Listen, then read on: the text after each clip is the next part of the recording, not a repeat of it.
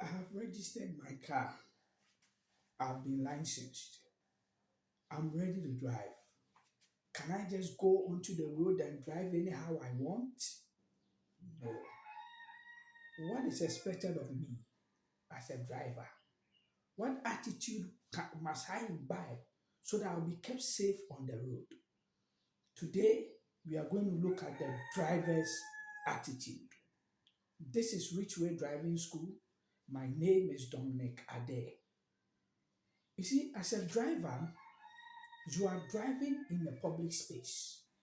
So if everybody decide to do whatever they want, then there will be chaos.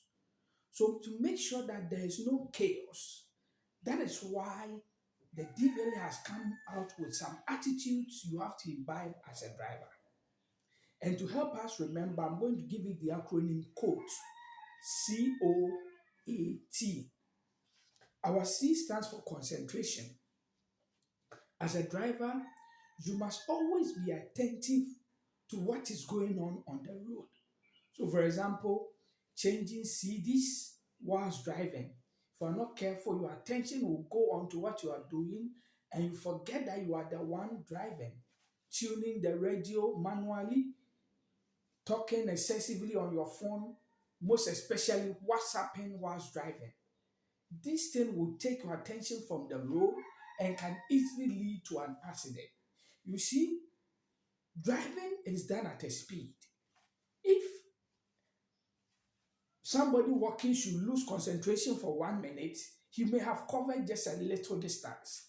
So the obstacles he can crash in is very limited.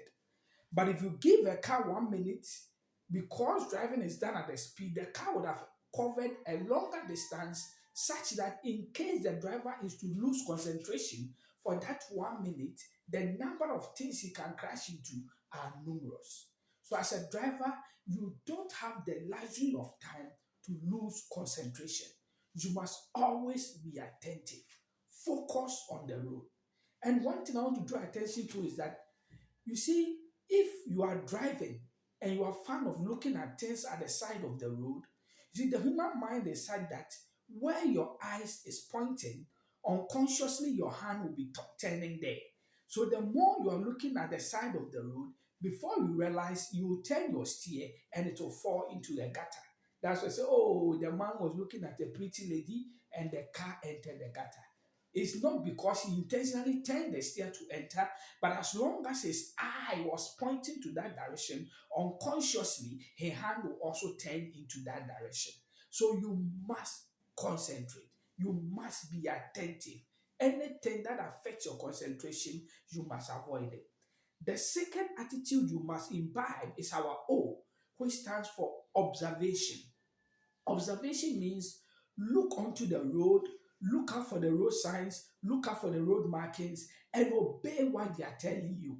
Because you say they are not just there for fun.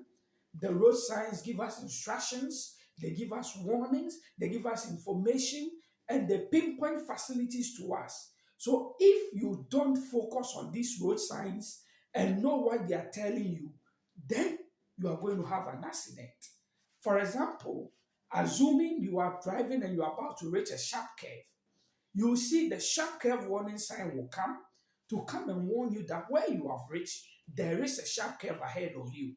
And as a driver, you must never approach a sharp curve with speed. Because you see, if you need to turn your hand halfway when you are driving slowly for the car to turn around, you will not turn it even into the quarter way when you are speeding and the car will turn around. So the speed you are going, the sharper the steer is. The more speed you are going, the sharper the turn of the steer impacts the direction of the car. So as a driver, you must be able to slow down when you are approaching a, when you are approaching when you are approaching a sharp curve. So this is something you must do as a driver. You must slow down. But how will I know I'm approaching a sharp curve if I refuse to look at the warning sign, the sharp curve warning sign? So it's the warning sign that will let you know, especially if you've not used the road before. It's the warning sign that will let you know that you have actually gotten to a sharp curve. So as a driver, you must focus on looking for the road signs and obeying what they are telling you. So yes, you have been a good driver, you've concentrated, you are observing. So it means that most of the negativity that may happen on the road is likely not to come because you are concentrated and observing. But yes, still there are some things that if you are to wait for them to happen before, as a driver, you respond to them, it will be too late. And so, for those things, you must go another step further by inculcating our third attitude, which is our A, which means anticipation. Anticipation simply means you must be able to predict things which are likely to occur and have solutions in mind for them. There are some things that if you wait for them to happen, it will be too late for you to react if you don't have a solution already in mind for them. For instance, you are driving, you are approaching a school, you see, and you see that the children are on break or the children has closed from school. As a driver, you must know that children are not that smart, and so any of them can just wander onto the road at any point in time. For instance, if they are praying and one of their friends say, "I will beat you," all he knows is that he's running away from the friend. Whether he's coming to the road or not, he doesn't care. So you as a driver, you must anticipate that once I see children around, they can cross me at any time. So you limit your speed so you can stop in case any of them crosses you. You are getting to a cross junction. Fine, you are on the main road, so you have the right of way. But you see, there are some drivers who doesn't obey this rule. So even though if you're on the straight road, you must still be careful because a driver can just emerge from the side of the road to join the main road. So assuming you say I have the rate, so I'm speeding, and he comes in front of you, what is happening is that you are going to crash into the car. Fine, once you crash into the car, everybody knows that the other driver is at fault. But what if your leg is broken? Even if he's imprisoned, your leg is broken. What if you die? No matter the offense we give to the other driver, you are dead. So you should take your life into your own hands and go a step further by anticipating. You are approaching a traffic light. You were not there when the traffic light turned green. So you don't know how long the green light has been on for. So as a driver, if you see that the green has been on whilst we're coming from afar, you must know that it is possible that by the time you get there, the light may change into red. So you shouldn't start speeding from afar with the aim of beating the red light. Because if you do, by the time you get there, the red would have come, you will not be able to stop, and you enter into the intersection. And the way the traffic light is programmed is that once the car in this direction stops, the cars which are crossing to the other side starts moving. So you just go and meet them in the middle. So as a driver, you must anticipate. As you anticipate, yes, you have done well, you've concentrated, you observe, you've gone another step further by anticipating. But hey, the road, they are just people who are just deviants. They've decided that they will not obey any rule. They will cross you when you talk. They will even get down to come and fight with you. Most of the time, there's a traffic jam. They'll rather use the side and force themselves to enter in front of you.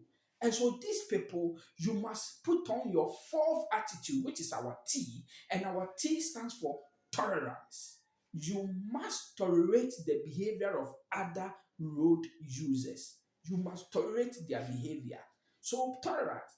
I normally give this example. Those of us who are in Accra, I was coming from La Paz with the aim of going towards Medina.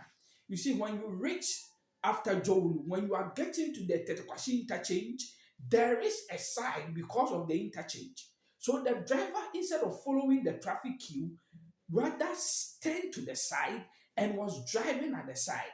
So once he was then approaching the intersection, there's no more a side. So he needed to come back into the main road. But there was a woman who was driving, and the woman made up her mind that he would never allow this driver to enter in front of her. So anytime the car in front of her moves small, the woman makes sure he moves very close so that the trotro driver cannot enter.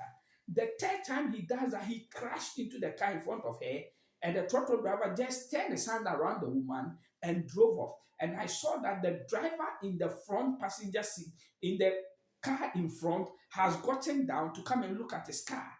You see, now you are waiting for him to come and look at his car.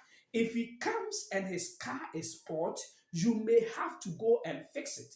If you are not careful, he will insist we have to go to the police station. Look at the time that you will delay, because once the matter goes to the police station, they will impound your car. Your car would have to be there until you finish fixing the other person's car before you can take your car. So look at all these inconveniences. If you'd have just wasted about 15 seconds, the truck driver would have entered, gone, and he would have followed without any of this complication. So please, you must tolerate the behavior of other road users. I always tell my students, you are now learning how to drive.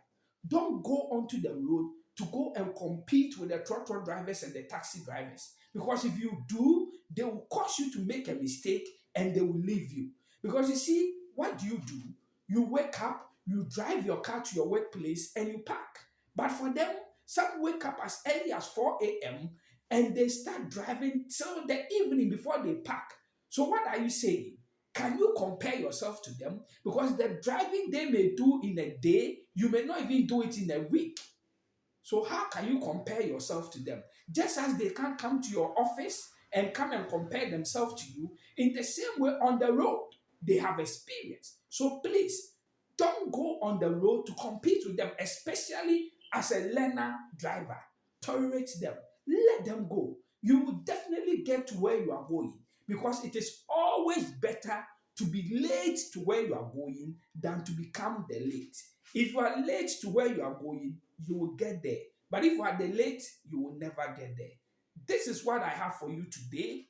You must always concentrate, observe, anticipate for dangers, and tolerate the behavior of other road users. Let them go. Let them go. You will definitely get to where you are going.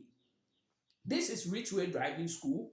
We have this and more. If you come and enroll with us, we have a full course that will take you through. We have visitations to the police station, visitation for first aid, and other activities that will give you a comprehensive learning. So if you are ready, just call us on 0242 151659. 0242 151659. Richway say bye bye and see you in our next video.